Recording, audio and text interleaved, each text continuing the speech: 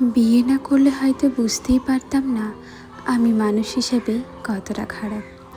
অধিকাংশ ক্ষেত্রে এমনটাই হয়ে থাকে।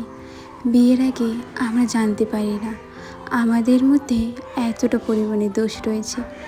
তবে চিন্তার কোনো কারণ নেই, যেদিন থেকে বিয়ে হয়ে গেছে আমরা তারপরেই একদম বুঝতে পেরে গেছি আমাদের মধ্যে প্রচুর পরিমাণে দোষ রয়েছে। তা যাই হোক বন্ধুরা, আমি দিয়া আমার একটি নতুন মিনি ব্লগে তোমাদের সবাইকে জানাই অনেক অনেক স্বাগত। দেখেই বুঝতে পারছো কত জোরে জোরে বৃষ্টি হচ্ছে। সকালবেলা কাজে যাওয়ার আগে শাশুড়িমাই কাপড়গুলো ধুয়ে বাইরে দিয়ে গিয়েছিল। তবে এত জোরে জোরে বৃষ্টি হচ্ছে, আমি ভাবলাম কাপড়গুলো ওই বাইরে থাকার বদলে এই টিনের নিচে দিয়ে রাখলেই বেশি ভালো হবে। সেই জন্য কাপড়গুলো নিয়ে ওখানেই দিয়ে রাখলাম। আর আমি তো তেমন কোনো কাপড় ধুইনি, কালকের কাপড়ই শুকায়নি, কী করে ধুয়ে দিই বলো তো? আমাদের সবার জীবনে কিন্তু দুঃখ কষ্ট লেগেই থাকে, তাই বলে কি হাসতে ভুলে যাব?